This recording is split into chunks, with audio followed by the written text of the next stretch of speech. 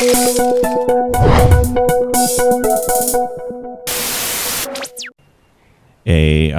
Podcast, episode number 22. Welcome to the ARE Podcast.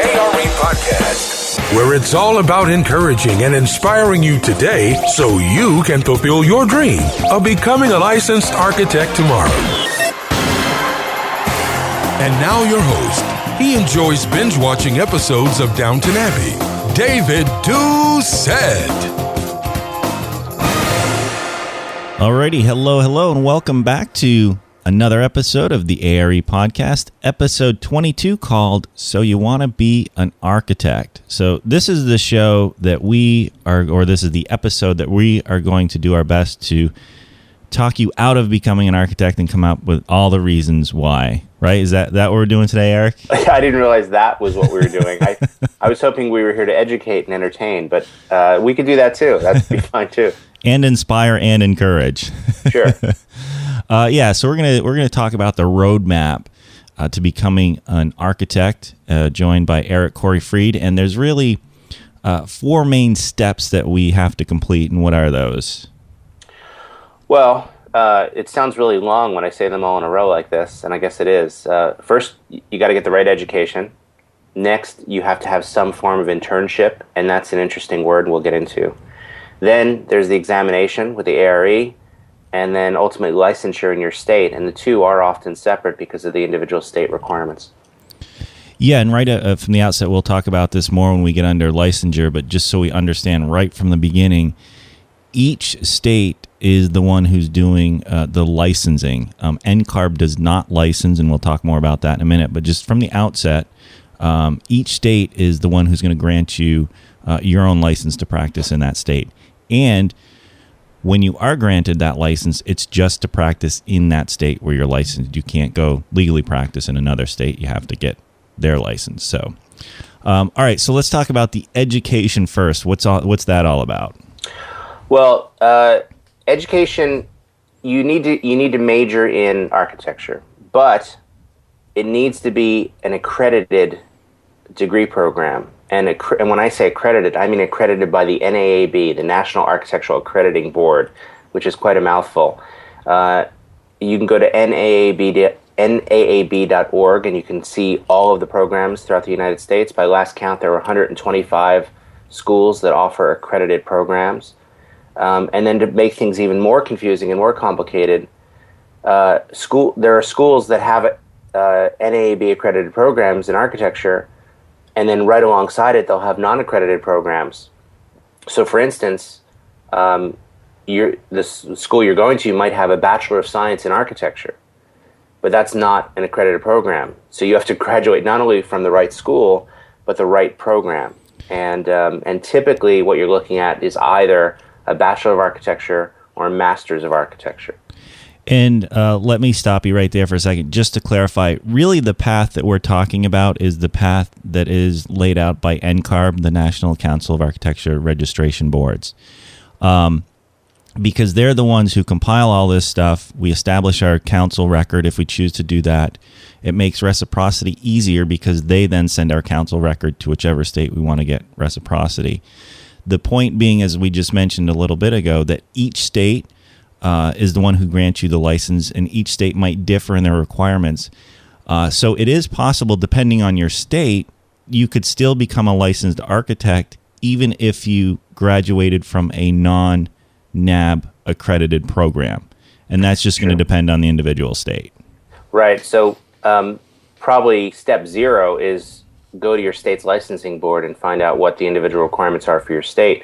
The trouble with that is that, and Dave, you and I both kind of fall in this category, you might not end up living in the state that you start in, right? I went to school in Pennsylvania, and I looked up the licensing requirements for Pennsylvania. Never ended up living there after graduation, and so I never bothered to get a license in Pennsylvania because I never practiced there. Yeah, I think my paperwork was with New York first, actually. Yeah, my IDP paperwork was for Pennsylvania when I first started, and then quickly shifted it over to, as I moved around the country. Oh, yeah. My IDP was actually with Massachusetts because that's where I went to school. And Massachusetts was one of the first to require IDP, which most states do, by the way. And we'll talk about that in a second. So let's stay on the education track. So this is the ideal path.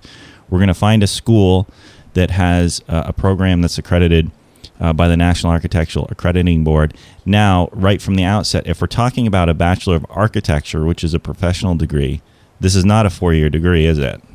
No, it's typically a 5-year degree. This is the degree that I actually did, and that 5th year is critical. It's the first 4 years are not the same as even a Bachelor of Science in Architecture.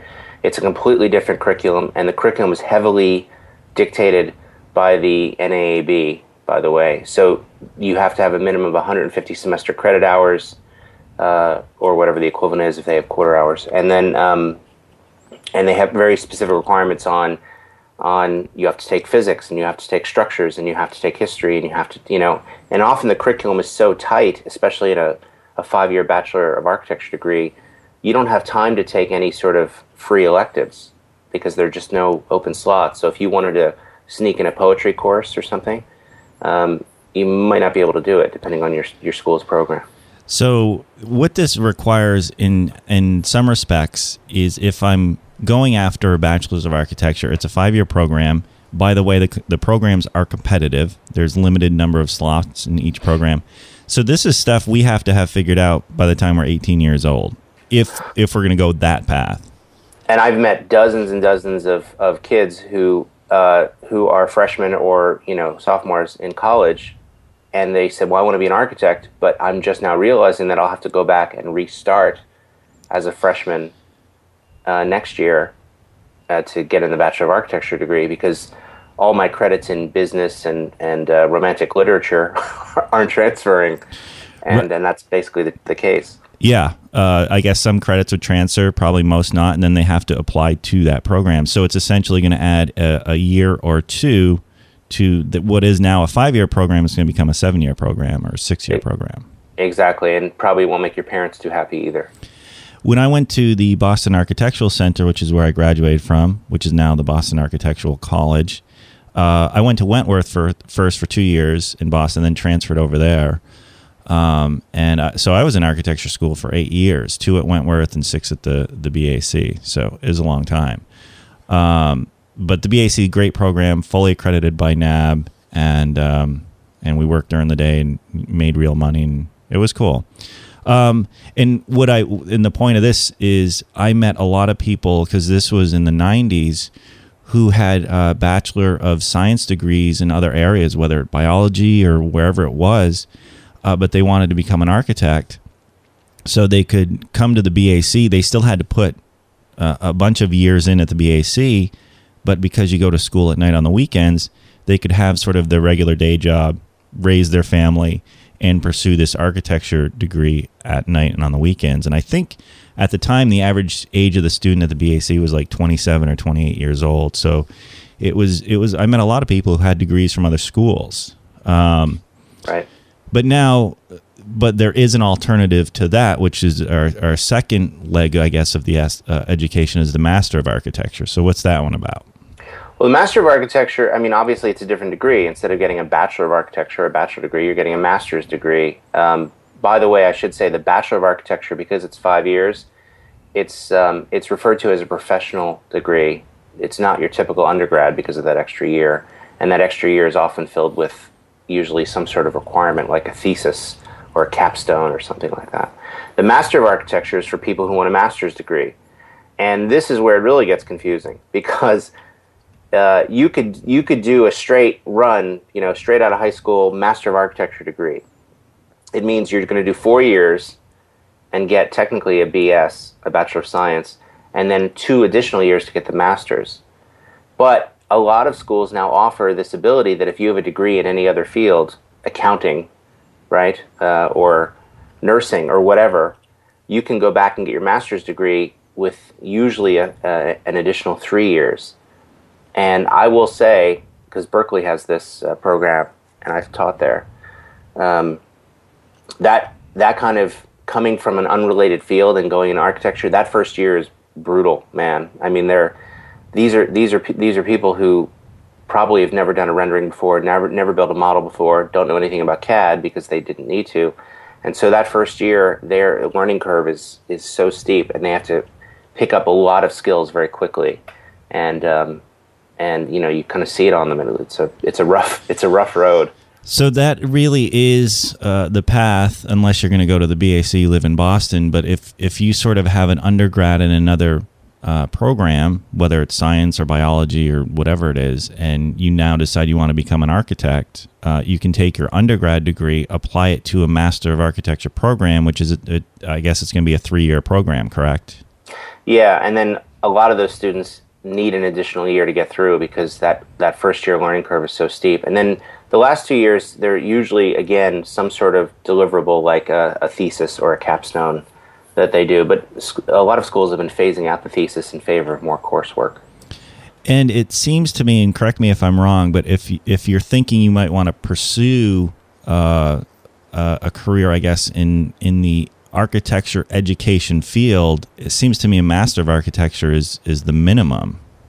Yeah, typically it's hard to get a teaching position, even just a part-time adjunct teaching position without a master's degree. It doesn't necessarily need to be a master's in architecture, depending on the school. But if you want to teach at a kind of a big name school, at the very least they would take a Master of Architecture. In fact, some schools like Berkeley really only like PhDs in architecture, which is kind of our next topic. Yeah, that's our third. So we have the Bachelor of Architecture, which is a professional 5-year degree. We have the Masters of Architecture, or the Master of Architecture. And now we have the Doctor of Architecture. What's that one about? Well, this is a PhD in architecture. So and you could be called, Dr. David. Like you could get a PhD in architecture. Typically, this is where you really need to be clear on what you want to do with your career. I don't suspect that most people at 18 who say I want to be an architect are also saying I want to go on to get my PhD in architecture. I think this comes after usually already getting a master's and then maybe 10 years practicing or teaching and then wanting to kind of up it. Like right now at this point in my life, I keep in the back of my head thinking it'd be kind of nice to go back and get a PhD in architecture. And I would only do it if it would set me up to teach at a place like Harvard, Yale, Berkeley, one of those places. And how long is a program if I had a Master's of Architecture, so now I'd have to do the Doctor, how long is that?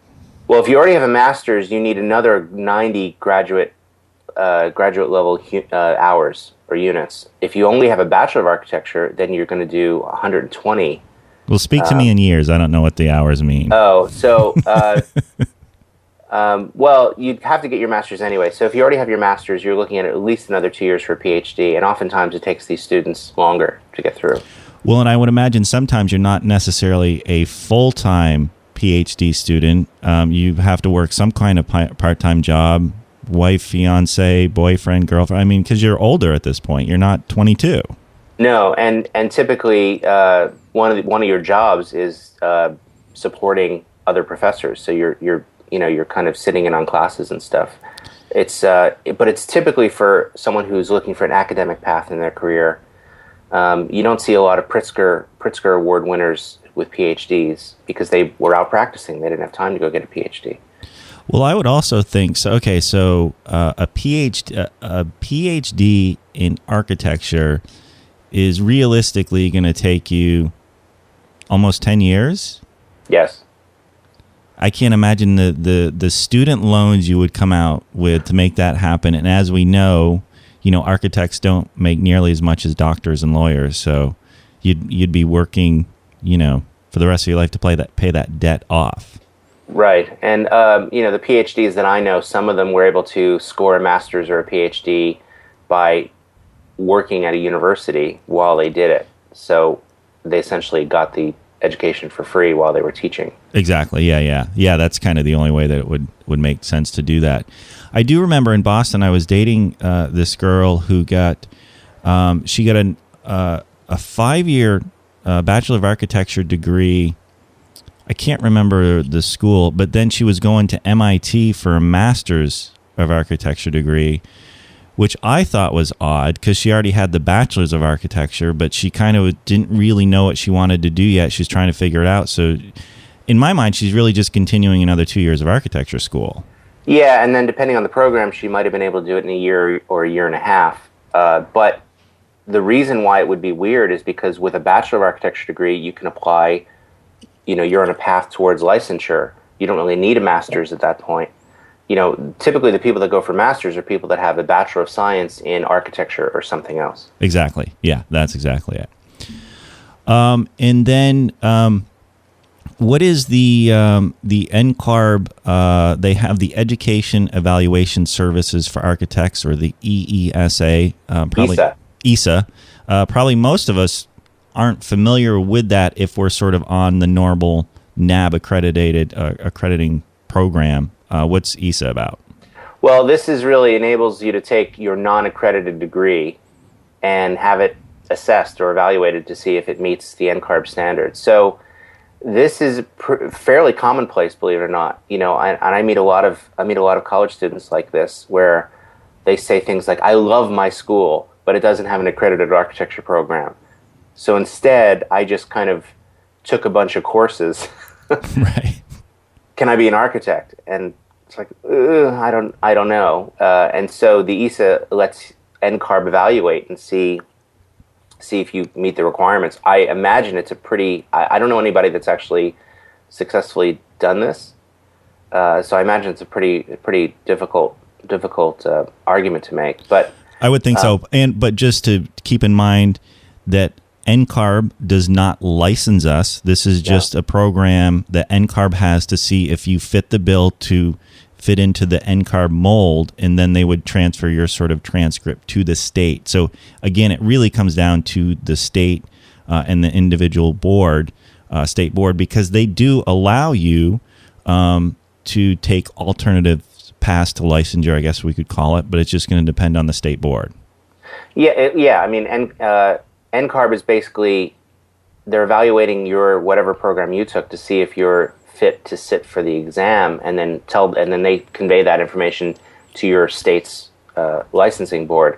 But then the licensing board determines if they're going to even, first of all, if they listen to NCARB, which most do, and then the state itself might have its own requirements. Typically, it's hard to generalize, but typically a state is looking for someone who graduated from an accredited degree and someone who has at least 3 years experience working for a licensed architect. So if you have 3 years working at Starbucks, that's not going to count. And if you have 3 years working for a licensed engineer or a licensed contractor, it may count. But they in an ideal situation, everybody would follow this very straight mold of graduate with an accredited degree, do a 3-year internship under a licensed architect. That was the path I did, if only because I was afraid to venture. I wanted to get licensed as quickly as possible. In the NCARB path, it makes things easier if you do have to set up your council record to take the ARE, and after you're licensed, whether you maintain your council record is up to you. Certainly, if you think you're going to be practicing in other states, it makes sense to maintain your record, because then NCARB will just send after you pay some money, of course, but they'll send your record to the state you want to get reciprocity in, and then you'll get it, rather than you having to apply to each state. And for example, if you didn't have the accredited program, let's say Wyoming, for example, you're going through this alternative licensure path.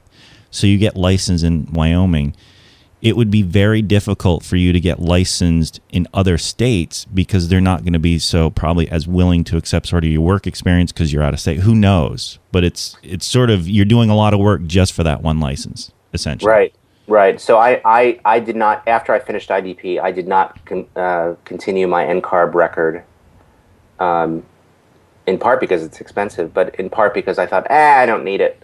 And now I'm licensed in 4 states, and it would have been a lot easier if I had the NCARB record to do it, because I had to, in the case of California, I had to take a whole supplemental exam, which I guess I'd have to do anyway. But just to get to that point, I had to demonstrate, a lot of things. And then I just moved to Oregon not too long ago and filed for reciprocity here.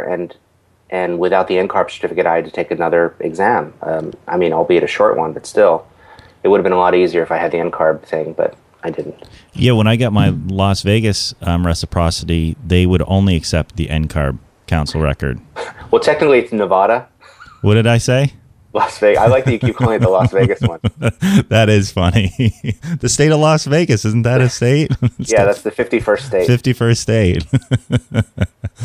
All right, so that's so the education path: Bachelor of Architecture, 5-year degree, Master of Architecture, which would be either a 2 or 3 year degree, and probably a 3-year degree if we're coming undergrad from another kind of program, and the Doctor of Architecture.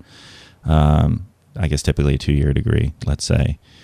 And ideally, we would want to be looking at a NAB accredited school, especially if I'm 17, 18, looking at college. I would definitely be looking at a NAB accredited school. There's no reason not to at that point. Well, yes, but a lot of students fall in love with a campus before they see if they have an accredited program. A lot of students don't know they want to go into architecture. They know they like architecture, but then they go for art or engineering or something thinking that it'll apply. So as I've said, over the years, I've met dozens and dozens of students who were kind of caught off guard by the strict requirements and ended up extending their college stay a little longer than they might have hoped. Yeah, when I first applied to architecture schools, I applied to Rensselaer Polytech, RPI in Troy, New York, which is at the time, back in the mid-'90s, one of the best architecture programs in the country. So very competitive. And I came from a little podunk town in New Hampshire. So, I was in the A group classes, whatever that is, humanities and stuff. But we didn't really have an arts program. So I didn't have a huge portfolio to try and get into the architecture program. I didn't have a bunch of stuff to show. But I went for an interview at the school, and I got accepted to the school, but not into the architecture program. And they said, well, you can come here, and then, spend a semester or 2 semesters and then transfer into the architecture program. But Rensselaer at the time was like $20,000 a year, and that was a lot 20 years ago. I didn't want to sort of take that chance. I wanted more of the sort of sure bet. So then that's when I, looked at Boston, which completely different environment than Troy, New York. But yeah. So there's definitely ways to do it. And sort of the more you know up front, the better. But like you said, you come across a lot of people that don't know until they're, 2 years into their education.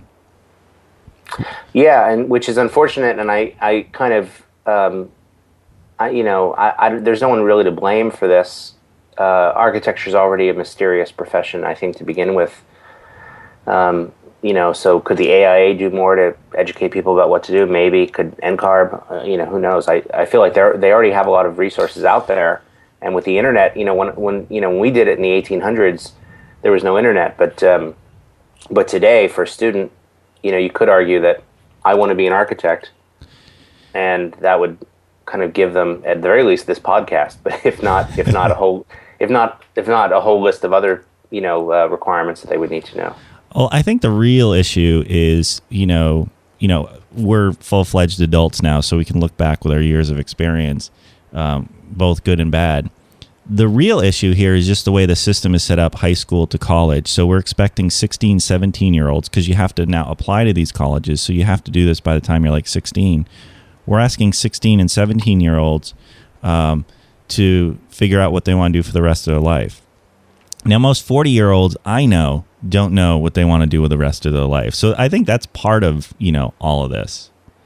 Yeah, as I tell people, you don't want to enter architecture lightly. I have a lot of students. In fact, I just spoke to a high school class in outside of Boston, and a lot of them said that they wanted to be an architect. But when I asked them, well, what do you like? They said, well, I like sustainability, and I like fixing the environment, and I like fighting climate change. And I said, well, then you probably don't want to be an architect. I mean, you probably want to go into environmental studies or something else, because you're not talking about a love of solving problems. a love of design, a love of looking at human behavior. None of that was in their vocabulary. So only people that are really committed should go get major in architecture, because it is a difficult major otherwise. Yeah, to your point though, we often don't know what's entailed. And Right. I remember it was probably the first semester in college, theory of architecture. And there was one or two classes. The whole class was the professor ranting about why we don't want to be an architect. And I'm sure anybody who's been in school has had some kind of class like that where the professor is trying to talk you out of it, so. All right, so that's education. That's the first leg, and really the most important leg in all of this, because that sets everything up. That sets the internship, examination, licensure up. So you really need that education requirement. So number 2 is the internship. What do we have there? Well, for internship, now it's an unfortunate word because a lot of careers have internships. An internship can mean a lot of things. I'm not talking here about an unpaid internship. I'm not talking about the summer you spent working in a movie studio. It's not that type of internship. In this case, internship is almost an historical word in the profession, the noble profession of architecture, meaning that you are an apprentice, and you get paid. It's a job, but technically you're not a licensed architect, so you can't call yourself an architect. The same way that an unlicensed doctor can't really call themselves a doctor. Unless he's Dr. Dre. Right. Or the way an attorney can't practice law until they've passed the bar exam. So in the field of architecture, we call this an internship. And for most people, the internship involves what we call IDP, the Intern Development Program. And NCARB, the organization we've been talking about, they administer IDP. And today, I think all 50 states recognize IDP, but some have their own way to do it without IDP as well. But IDP itself is really you just tracking what you work on while you work under the auspices of a licensed architect or for a licensed architecture firm. And we've talked about this in the past about IDP. I'm a big IDP fan. They recently dropped the requirement from 5,600 hours down to 3,740 hours. So they really condensed it. However, as in everything we've said so far, check with your own state, because some states are still requiring the full 5,600 hours. So it's just going to depend on your state requirement. But what's great about IDP, they lay out all the hours and all the experience you have to obtain in each of the fields within the architecture office. It's great. It's essentially your roadmap and your blueprint of your 3 years in an architecture office. And if you adhere to it, it's going to prevent you from getting pigeonholed and stuck doing the same thing every day for 3 years. So I'm a huge fan of IDP. Yeah, the checklist is really well done. It's very thorough and covers every aspect of architecture. And what's great about it is an intern.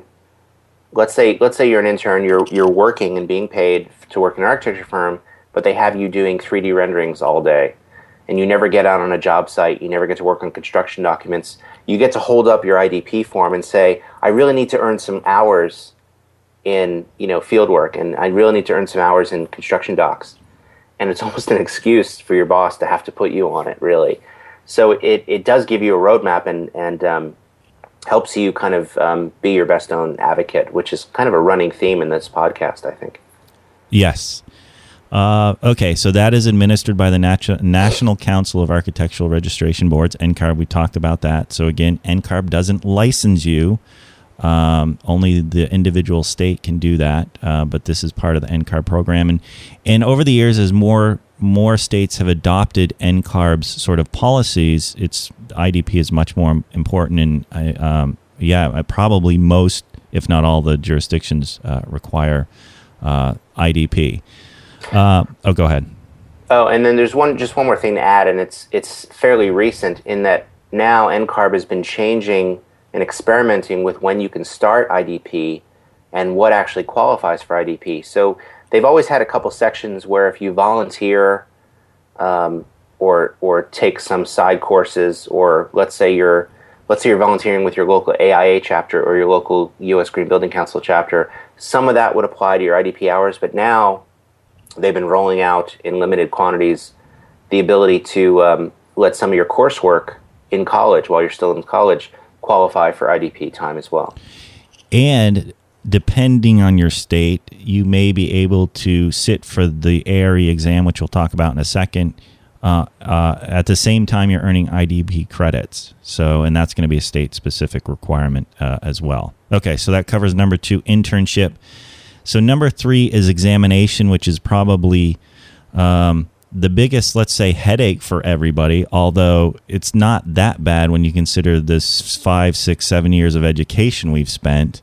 A little while longer with this examination process isn't too big a deal. So what are we faced with number 3, the examination?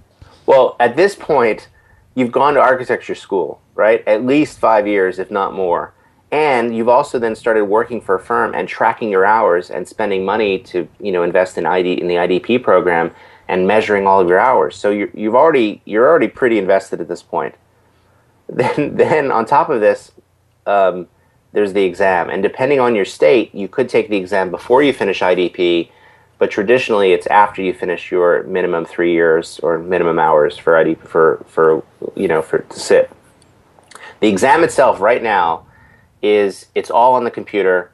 There are 7 exams in different categories, right? Some are pretty straightforward categories, like there's building design and construction services is one of the exams.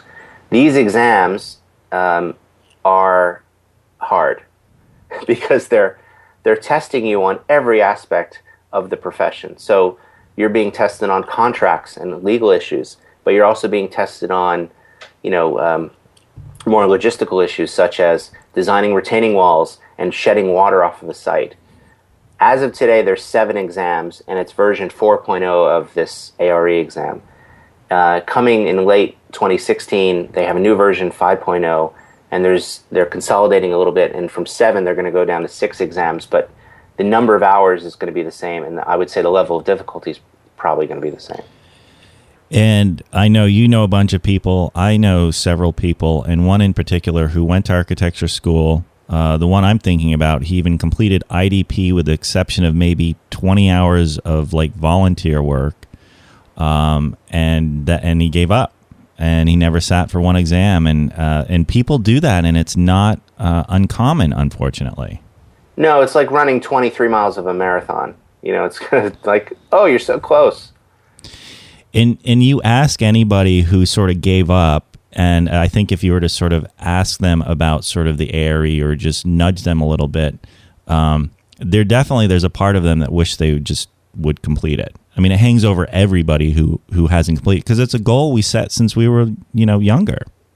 Well, it's funny because this is much more common and prevalent than I think we'd anticipate. But a large part of taking the exam, studying, setting up a study plan, and then scheduling it and taking it and passing it is really about mindset. I mean, it's equivalent to training for a marathon, a mental marathon, and for a lot of people that can be intimidating. So they could have gone that far, almost completing IDP, and there's something in them that's scared, frankly, to push forward, and it's totally understandable. I mean, I get it. It's a daunting task.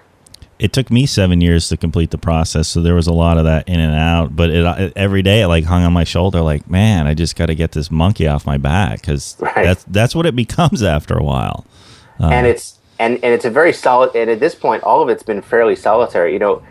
As you move through, there are less people around you. So in architecture school, you got your buddies around you, right, that you're going to school with, and you're all suffering in studio together. And then in the internship, you're at a firm, but there might only be 3 interns at the firm total. So you've got fewer people to kind of cry on their shoulder. And then for the exam, you're in there alone, man, and you're in front of the computer all alone, and you can't talk to anybody, and you probably don't know anybody in the room. So it's this funnel into this solitary confinement, and so it's very easy at that point to go, oh, I'm just going to give up. And I think with the examination, it's probably I don't want to say first time in your life, but you're shepherded through, if shepherded is or just shepherd, whichever the word it is. You're shepherded through the college process. You're kind of shepherded through work. this is the first time where it's like it's all up to you and nobody's on your shoulder tapping your shoulder like, hey, you got to do this today, or hey, you got to do this today. It's like 100% on you. Yeah, and it's not like your parents know to nag you about this either, because it's a very confusing system, right? So they wouldn't even know to say, did you apply for your SPD exam? I mean, that's not going to happen. Which, by the way, my friend who, did not finish, we went to college together. He didn't finish his IDP. But he was going to a few years ago, and this person, and when he sort of was getting back into it, he got his IDP hours, he got whatever sort of hours he needed from a previous job. His mom called me, and she was like so thankful for sort of reinvigorating him to now finally just get his license. And of course, petered out and never did. It's just sad. Yeah. So don't be that person. So stick in with the examination. And then some jurisdictions or some states require a supplemental exam. I know Oregon had, your little take-home thing. Yeah, I mean, that was the take-home thing that I did in 7 minutes. But this, with an open book, it's barely a supplemental exam. Well, in the state of Las Vegas, if you get your license in the state of Las Vegas, I guess is what we're calling it now. In Nevada, when I got my reciprocity, I had to take. They faxed me or emailed me like a 7-page multiple choice exam, and then all their codes and stuff that I had to go online and fill out. And some of the answers weren't in the stuff that you read, so you'd take it, you'd send it back to them, and you'd have to get 100%. So I would miss 4, and they'd send it back, and I'd now have to figure out the 4 and send that back in, and I'd still miss 1. So it was like this back and forth for 4 times. It was ridiculous. But that was sort of, and they don't really call it a supplemental exam. It's just sort of, I guess, what you need to do.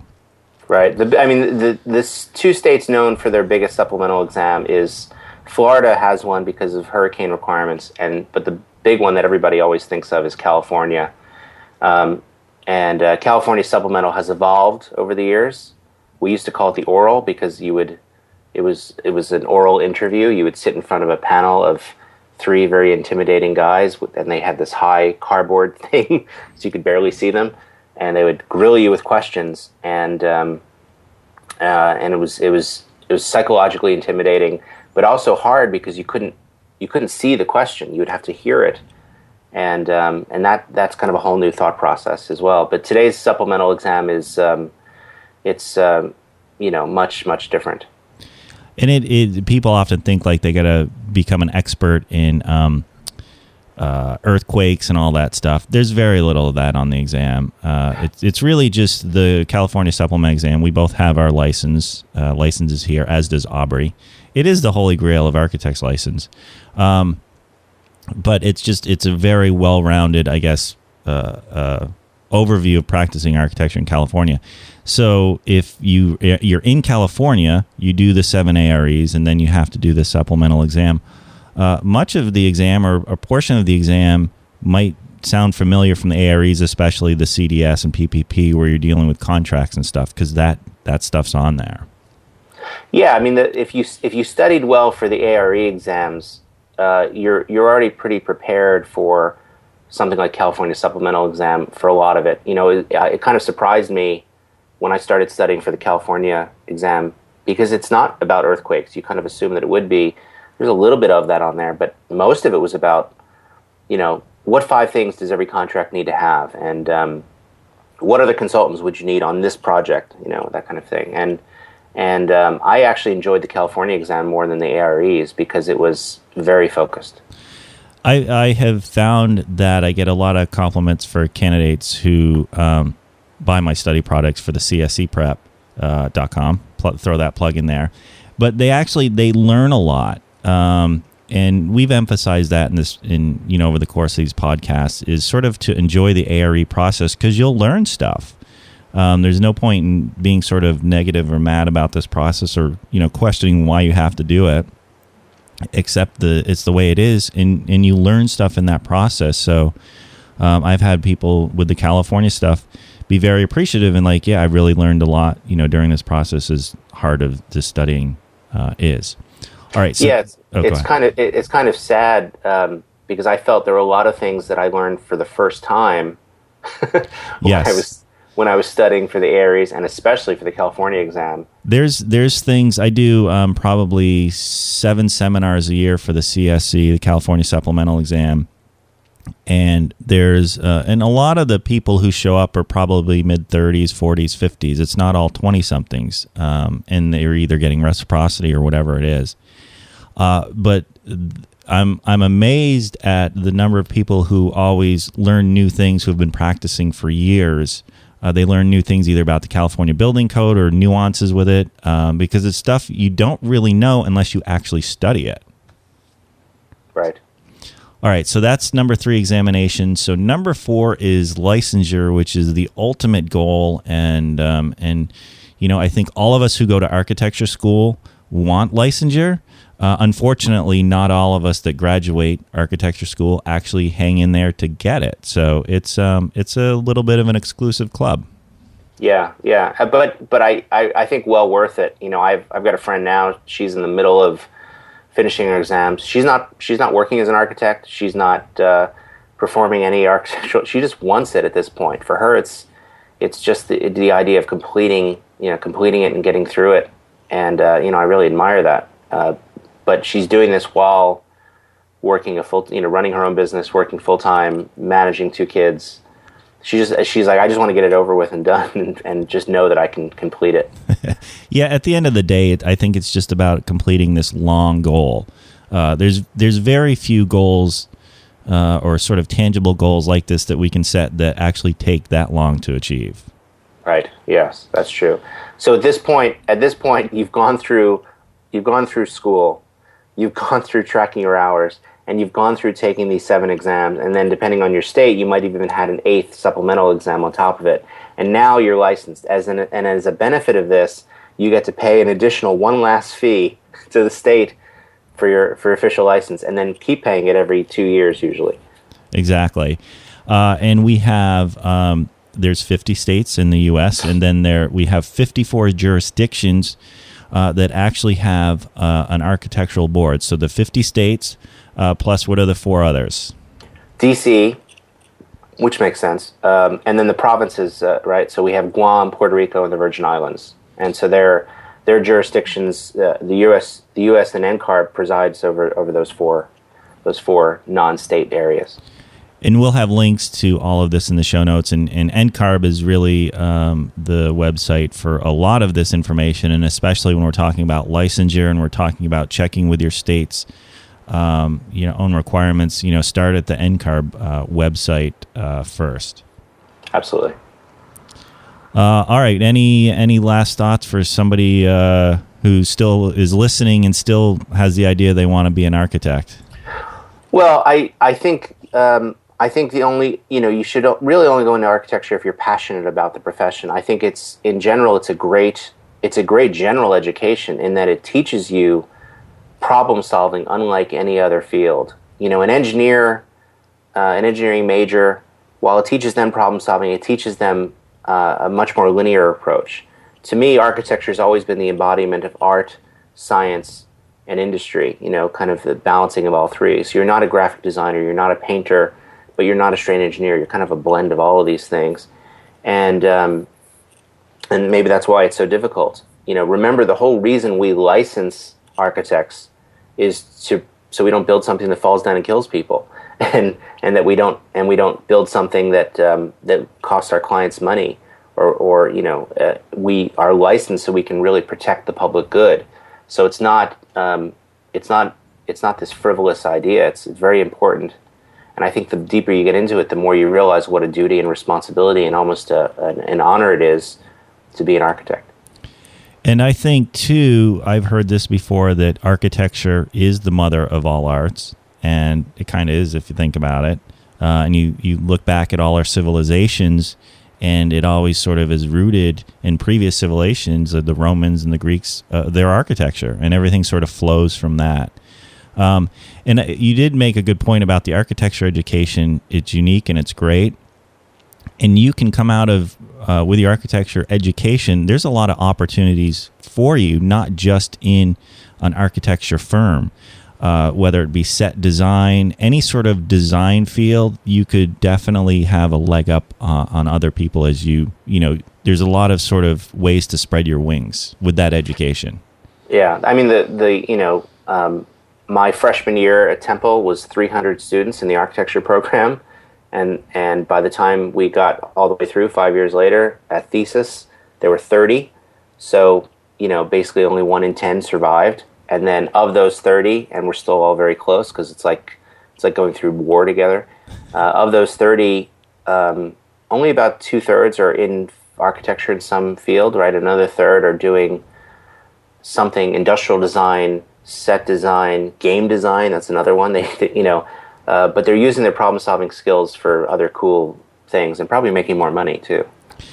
And I think just the experience of going through years in an architecture studio, you can't replicate that anywhere else. And it's a pretty unique experience. Absolutely. So, yeah.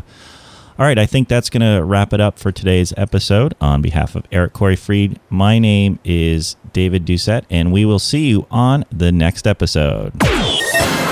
Thanks for listening to the ARE Podcast. Be sure to visit architectexamprep.com and check out our other podcast episodes, video tips, and the ARE blog. Remember to plan, practice, and pass.